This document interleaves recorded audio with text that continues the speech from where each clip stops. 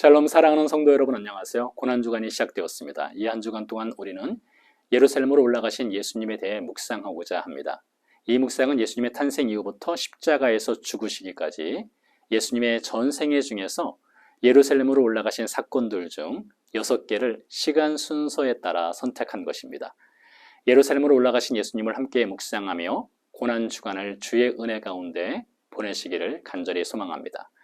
오늘은 첫날로 아기 예수께서 예루살렘으로 올라가는 이야기를 묵상하도록 하겠습니다. 성경의 율법에 의하면 남자아이를 낳으면 8일째 되는 날 할례 의식을 행합니다. 그리고 레위기 12장에 의하면 33일을 더 지낸 후 산모는 아이와 함께 성막에 가서 번제와 속죄제를 드립니다. 레위기법은 번제물과 속죄제물로 어린 양을 희생제물로 드리거나 경제적인 이유로 부담이 될 경우 집비둘기나 산비둘기를 드리도록 명하고 있습니다. 마리아는 베들레헴에서 예수를 출산하였습니다. 성자 하나님께서 여인의 몸을 통해 베들레헴에서 인간의 아들로 태어나신 것이지요. 마리아는 출산 후 8일째 되는 날 아기 예수에게 할례를 행하고요.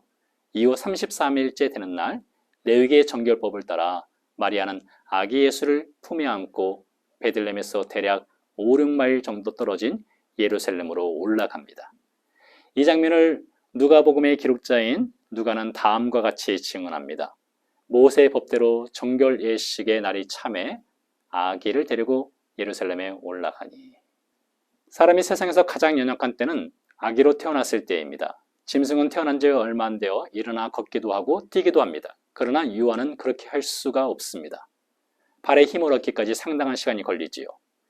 예수께서도 인간의 아들로 오셨던 그때 모든 인간의 아이들처럼 걷지 못하였습니다. 어머니의 품에 안겨있는 유약한 유아에 불과하였습니다.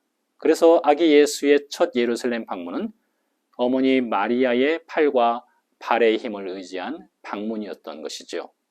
30여 년 뒤 예수님의 마지막 예루살렘 방문회 때 예수께서는 인간의 채찍에 당신의 등을 맡기셨습니다. 인간의 조롱거리인 가시면류관에 자신의 머리를 숙이셨습니다. 가시면류관과 채찍질로 인해 예수님의 머리와 온몸은 피로 물들었습니다. 30여 년 전 가장 유약한 핏덩이로 태어나셨을 때 온몸을 뒤덮었던 마리아의 산혈처럼 예수님은 인간의 채찍과 가시면류관으로 인해 핏덩이가 되셨습니다. 어머니 마리아가 산고를 겪고 산혈을 흘린 것처럼 예수께서도 십자가의 고통이란 산고와 십자가에서 흘린 당신의 피를 통해 죄인을 속량하시고 하나님의 자녀로 낳는 산혈을 흘리셨습니다.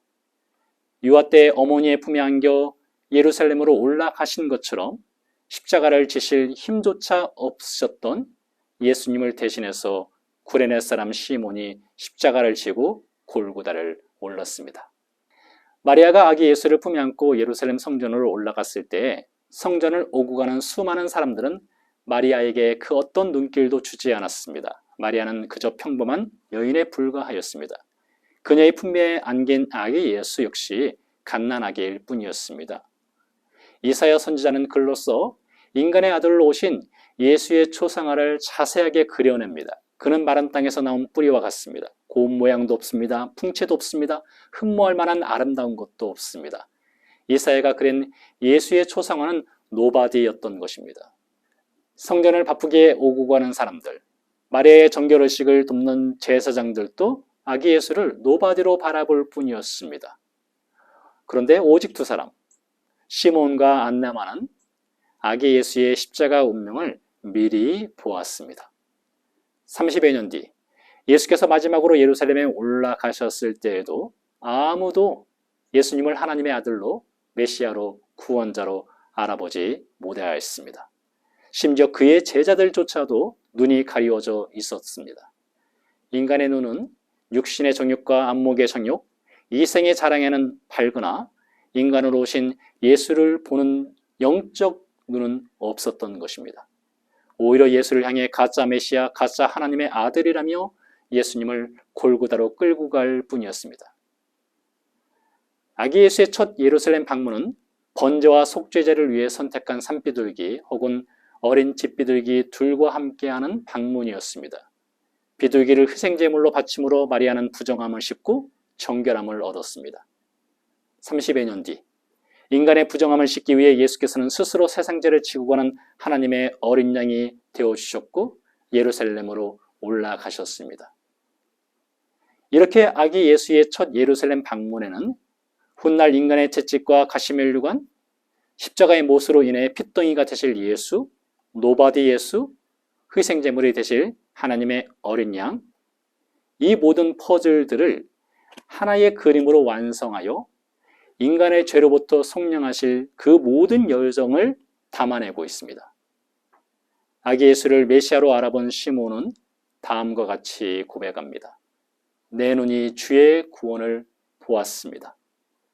여러분의 눈에도 아기 예수의 첫 예루살렘 방문에 담긴 구원의 은혜가 보이고 있습니까?